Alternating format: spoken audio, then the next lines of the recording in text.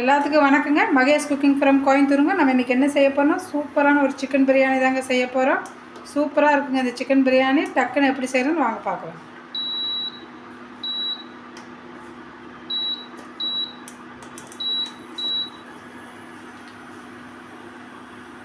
பாருங்கள், நம்ம எண்ணெய் ஊற்றியாச்சுங்க. எண்ணெய் ஊற்றிட்டு நெய் பாருங்கள், ஒரு ஸ்பூன் இந்த அளவுக்கு நான் போட்டுக்கிறேங்க நெய்.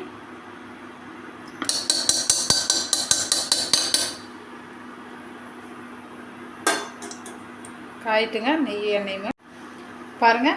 இப்போ நெய் எண்ணெய் நல்லா காஞ்சிச்சுங்க. இப்போ நம்ம 2 கிராம் இலைங்க, ஒரு பட்டை, 2 அன்னாச்சி மொக்குங்க, 2 கிராமுங்க, கொஞ்சம் சோம்புங்க, இதெல்லாம் போட்டு கொஞ்சம் வணக்கிக்கலாங்க. அதுக்கப்புறம் நம்ம நல்லா காஞ்சோன்னா வெங்காயம், ஒரே ஒரு பெரிய வெங்காயம் நான் போட்டு வணக்கிக்கலாங்க. சிம்பிளாக செய்ய போகிற நம்ம அரைச்செல்லாம் வச்சு போகிறது இல்லைங்க. பிரியாணி மசாலா போட்டு டக்குன்னு செஞ்சு வருவாங்க. 5 நிமிஷத்தில் செய்கிறதுக்கு தான் நான் இதில் டக்குன்னு ஃபாஸ்ட்டாக செஞ்சுட்ருக்கேன். பாருங்கள், இந்த வெங்காயம் நல்லா பொன்னிறமாகட்டுங்க. அப்போ நம்ம இஞ்சி பூண்டு பேஸ்ட்டு 1 ஸ்பூன் போட்டுக்கலாங்க.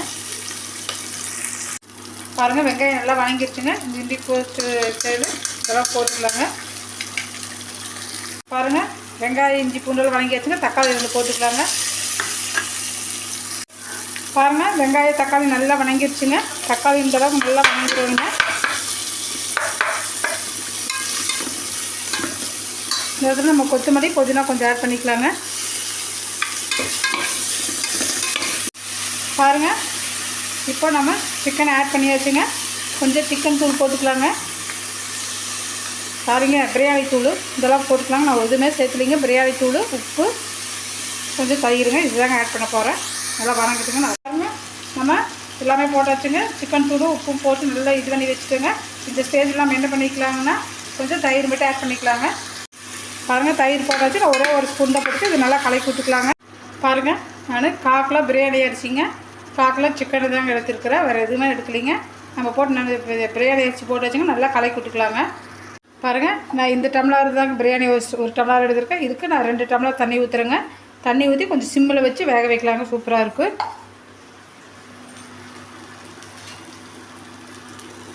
பாருங்கள், தண்ணி ஊற்றியாச்சுங்க. கொஞ்சம் புதினாவும் கொத்தமல்லி போட்டுட்டுங்க. கொஞ்சம் நெய் மேலே ஆட் பண்ணிக்கலாங்க. மணமாக இருக்குது.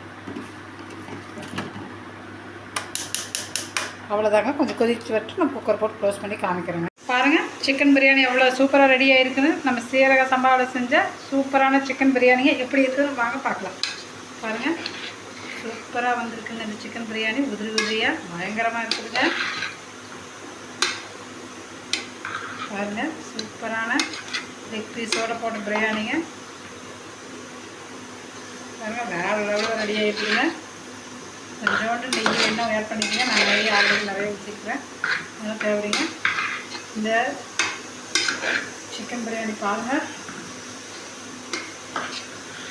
சூப்பராக ரெடி ஆகிடுச்சு. உண்மையிலே பார்க்குறதுக்கு அவ்வளோ கலர்ஃபுல்லாக நல்லா இருக்குதுங்க.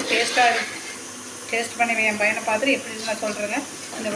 இந்த சிக்கன் பிரியாணி உங்களுக்கு பிடிச்சிருந்தா மறக்காமல் ஷேர் பண்ணுங்கள், லைக் பண்ணுங்கள், சப்ஸ்கிரைபர் பண்ணுங்கள். பாய்ங்க.